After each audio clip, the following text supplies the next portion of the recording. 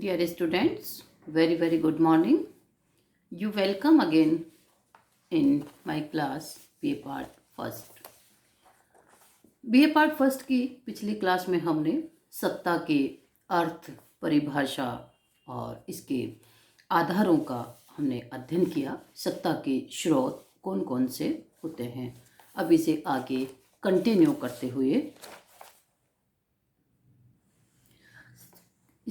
करते हुए सत्ता के स्रोत और इसके आधार के संबंध में हम देखते हैं।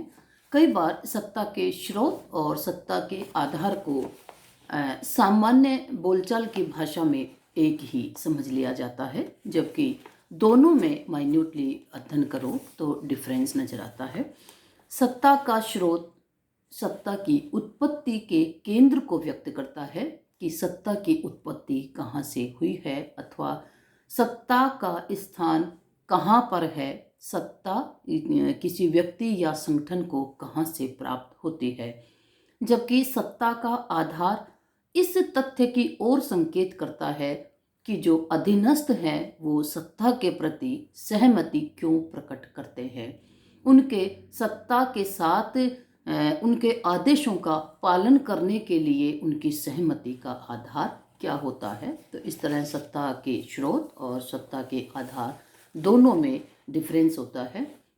अब हम सत्ता के आधारों का विश्लेषण करेंगे कि सत्ता के वो कौन से आधार है या वो कौन सी बात है जिनके द्वारा अधीनस्थ अधिकारी या संस्था के आदेशों का पालन करते हैं। सत्ता के आधारों में सबसे पहले औचित्यपूर्णता को लिया जाता है। औचित्यपूर्णता अर्थात लेजिटिमेसी किसी भी चीज की उपयोगिता के आधार पर कि वो व्यक्तियों के हित में है, उसका औचित्य है, उसकी उपयोगिता है, उसका रिलीवेंस है। तो सबसे बड़ा सत्ता का आधार व्यक्ति राज्य के आदेशों को या राज्य की सत्ता को क्यों मानता है, क्योंकि व्यक्ति को पता है उसका दूसरे लोगों से जो जीवन जो सुरक्षित है वो राज्य के द्वारा ही संभव है। राज्य के द्वारा ही उचित न्याय की प्राप्ति व्यक्ति को हो सकती है और व्यक्ति एक अच्छा जीवन राज्य के संगठन में ही जी सकता है। अन्यथा राज्य के अभाव में जो समाज है वो अराजकता का एक केंद्र होगा, क्योंकि वहाँ पर सब इक्वल कंडीशन में होंगे, कोई किसी को आदेश देने की स्थिति में नहीं होगा। तो सत्ता का जो सबसे प्रमुख आधार है वो औचित्यपूर्णता है। अधीनस्थों को सत्ता का आदेश मानने के पीछे की जो उपयोगिता है उनके जीवन में, उसके आधार पर वो सत्ता को मानते हैं। अधीनस्थों द्वारा सत्ता की स्वीकृति या मान्यता के पीछे व्यक्ति और संगठन दोनों का जो हित है, उनका स्वयं का इंटरेस्ट होता है।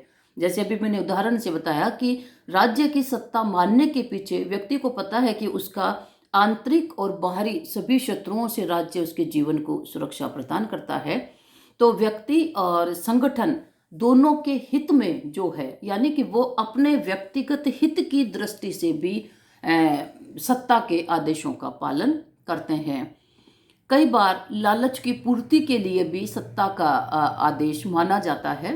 सत्तारूढ़ संगठन द्वारा, सत्तारूढ़ व्यक्ति द्वारा अधीनस्थों को कुछ लालच दिए जाते हैं जो पुरस्कार स्वरूप हो सकते हैं, प्रशंसा पत्र के रूप में हो सकते हैं या किसी अन्य दंड के रूप में भी हो सकता है। यदि दंड के रूप में कोई वो है पुरस्कार, तो व्यक्ति भय के कारण सत्ता का आदेश मानेगा। तो व्यक्ति स्वयं अपने लालच या दंड से बचने की प्रवृत्ति दोनों के कारण ही सत्ता को स्वीकार करता है, सत्ता के आदेशों का पालन वो करता है। कई बार सत्ता के आदेशों के पालन के पीछे सत्तारूढ़ व्यक्ति जिसके हाथ में नेतृत्व की शक्ति या क्षमता है, नेतृत्व करने वाले व्यक्ति के व्यक्तिगत गुणों से प्रभावित होकर भी सत्ता को स्वीकृत किया जाता है या सत्ता के आदेशों का पालन किया जाता है। अधीनस्थों को अपने व्यक्तिगत जीवन में उसका फायदा या नुकसान उससे कोई मतलब नहीं होता। वो नेतृत्वकर्ता के चमत्कारिक व्यक्तित्व से प्रभावित होकर उसके गुणों को मानते हैं। सत्ताधारी और अधीनस्थों के बीच कई बार मूल्यों की एकता होती है। एक जैसी विचारधारा से संबद्ध लोग और अपनी विचारधारा से संबंधित कोई व्यक्ति यदि उनका नेतृत्व करता है या सत्तारूढ़ है तो उसे मान लिया जाता है।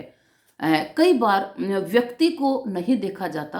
आम चुनाव के समय भी जब हम देखते हैं कि केवल पार्टी नाम के आधार पर लोग किसी भी व्यक्ति को एक्सेप्ट कर लेते हैं, क्योंकि उनका लॉजिक ये है हम हमेशा इस विचारधारा से जुड़े हुए हैं। तो कई बार नेतृत्वकर्ता और अधीनस्थों के बीच विचारों की जो साम्यता है उसके आधार पर भी सत्ता को स्वीकृत किया जाता है। कई बार सत्ता के आदेशों का पालन अधीनस्थों के द्वारा अपने वैधानिक कर्तव्य की पूर्ति के लिए किया जाता है। किसी संगठन का जो सर्वोच्च अधिकारी है उसके आदेशों का पालन उसके अधीनस्थ सभी लोगों को, क्योंकि वो उनके वैधानिक जिम्मेदारी होती है अपने अधिकारी के आदेशों का पालन करना संवैधानिक दृष्टिकोण से, वैधानिक दृष्टिकोण से उनका नैतिक कर्तव्य माना जाता है। इस नैतिक कर्तव्य की पालना के अनुरूप भी व्यक्ति सत्ता के आदेशों का पालन करता है। तो ये विभिन्न जो आधार हैं सत्ता के, इनके कई बार एक से अधिक आधार एक ही जगह पाए जा सकते हैं। जैसे अधीनस्थ कई बार नेतृत्वकर्ता के व्यक्तिगत गुण भी वहाँ पर उन्हें प्रभावित करते हैं, उनकी विचारधारा भी एक हो सकती है और उनका वैधानिक दायित्व भी एक ही जगह पाया जा सकता है। तो सत्ता के आधार कई बार ये अलग अलग रूप में भी पाए जा सकते हैं। कई बार विभिन्न आधार एक ही सत्तारूढ़ व्यक्ति या संस्था में भी पाए जा सकते हैं। फिर हम देखते हैं सत्ता के प्रति जनता का क्या दृष्टिकोण है। सत्ता के प्रति जो जनता के दृष्टिकोण है उन्हें हम 3 तरीके से अभिव्यक्त कर सकते हैं। सत्ता के प्रति जो नकारात्मक दृष्टिकोण है, नकारात्मक दृष्टिकोण का तात्पर्य है कि नहीं ऐसा करना, ऐसा नहीं करने पर क्या होगा। तो नकारात्मक दृष्टिकोण का तात्पर्य है अधीनस्थों के द्वारा या जनता के द्वारा दंड से बचने के लिए सत्ता के आदेशों का पालन किया जाता है। अपने से जो सुप्रीम पावर है वो यदि हमें आदेश देने की हैसियत रखती है तो वहाँ पर आदेशों की अवहेलना करने पर जो दंड मिलेगा उस दंड से बचने के लिए यदि सत्ता के आदेशों को माना जाता है वो नकारात्मक दृष्टिकोण होगा। दूसरा दृष्टिकोण जो सकारात्मक दृष्टिकोण है, एक विश्वास की भावना या एक परंपरा ऐसी चली आई है या एक कर्तव्य की भावना। जब अधीनस्थों को ये फील हो, ये महसूस हो कि अमुक व्यक्ति या संस्था के आदेशों का पालन करना उनका कर्तव्य है या ऐसा अभी तक होता आया है और यदि सत्ता की पावर में अधीनस्थ का विश्वास हो, इसके आधार पर यदि सत्ता के आदेशों को माना जाए कर्तव्य, विश्वास और परंपरा के अनुसार, तो ये सकारात्मक दृष्टिकोण माना जाता है। तीसरा दृष्टिकोण बुद्धि संगत दृष्टिकोण कहा जाता है। कई बार सत्ता के आदेशों को सार्वजनिक हित में मानकर उनका पालन किया जाता है, क्योंकि सत्ता के अभाव में सोसाइटी में अराजकतापूर्ण जो स्थिति होगी उसमें व्यक्ति का जनजीवन असुरक्षित हो जाएगा, व्यक्ति अपना सर्वांगीण और चहुमुखी विकास नहीं कर पाएगा। तो सत्ता के आदेशों का पालन हम कई बार अपने और अपने समाज के हित के दृष्टिकोण से भी करते हैं। हो सकता है सत्ता का आदेश नहीं मानने पर ज़्यादा नुकसान हो और सत्ता का आदेश मानने पर हमें कम नुकसान हो। तो कई बार इन दोनों की तुलना करने पर यदि प्लस में हमारा फ़ायदा जाता है तो हम सत्ता के आदेशों का पालन करते हैं, क्योंकि यहाँ पर हम दिमाग से काम करते हैं। कोई सत्ता का आदेश मानकर यदि मेरा और समाज का भला होता है तो सत्ता का आदेश मानने में कोई बुराई नहीं है। इसी तरह सत्ता का प्रयोग, सत्ता का आधार हमने देखा, लेकिन सत्ता के प्रयोग की भी अपनी सीमाएं होती है। सत्ता का प्रयोग किसी भी व्यक्ति या किसी भी संस्था के द्वारा अमर्यादित रूप में नहीं किया जा सकता। सत्ता का प्रयोग निश्चित सीमाओं के अंतर्गत ही किसी भी व्यक्ति या किसी भी संस्था के द्वारा किया जाता है। तो अब हम नेक्स्ट में सत्ता की सीमाएं या लिमिटेशंस ऑफ अथॉरिटी का अध्ययन करेंगे। सत्ता की जो सीमाएं हैं उसमें सबसे पहले ली जाती है प्राकृतिक सीमा, जिसको हम कहते हैं नेचुरल रूप में कि इस चीज को कोई भी सत्तारूढ़ जो संस्था है या व्यक्ति है या नेतृत्व करता है सॉरी, वो इन चीजों को अवॉइड नहीं कर सकता। जैसे नागरिकों का जीवन है, नागरिकों की स्वतंत्रता है, नागरिकों के जो संपत्ति के या सीमित संपत्ति के जो अधिकार हैं उनका अंत कोई भी सत्ता नहीं कर सकती। व्यक्ति के जीवन पर व्यक्ति का अधिकार है, उसे कोई भी सुप्रीम पावर उससे नहीं छीन सकती। व्यक्ति को अपना जीवन जीने के लिए जो लिमिटेड संपत्ति रखने का अधिकार है या उसके व्यक्तित्व विकास के लिए जो सुविधाएं, जो स्वतंत्रताएं चाहे, उन स्वतंत्रताओं का अंत कोई भी सत्ता नहीं कर सकती है। इसी तरह सत्ता के प्रयोग पर जो दूसरी मर्यादा है वो है नैतिकता और धार्मिक विश्वास। जन समुदाय की कुछ अपने धार्मिक विश्वास या उनकी नैतिक आधार पर कुछ ऐसी मान्यताएं निर्मित हो जाती है, उन मान्यताओं को कोई भी सत्तारूढ़ पावर उनको अवॉइड नहीं कर सकती, क्योंकि व्यक्ति के जीवन में नैतिकता और धार्मिकता का सबसे बड़ा प्रभाव होता है। यदि इस फील्ड में अथॉरिटी द्वारा कोई भी चेंज या कोई भी कमी करने की कोशिश की जाती है तो जन समुदाय उस सत्ता के आदेशों का पालन नहीं करता है। इसी तरह सत्ता के प्रयोग में एक लिमिटेशन संस्कृति के संरक्षण को भी माना जाता है। हर एक देश, हर समाज की एक संस्कृति है, वहाँ का आचार विचार, रहन सहन, खान पान, सोच विचार का दृष्टिकोण, जो नजरिया है, राज्य और सत्ता के जो आपसी संबंधों का जो दृष्टिकोण है, उस दृष्टिकोण को खत्म कोई भी सत्तारूढ़ वो व्यक्ति या नेतृत्वकर्ता नहीं कर सकता।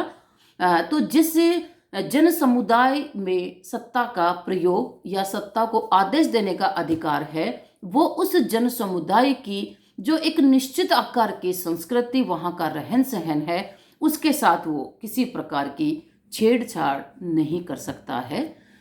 ये संस्कृति का संरक्षण हर सत्तारूढ़ संस्था व्यक्ति को उसका फॉलो करना पड़ता है।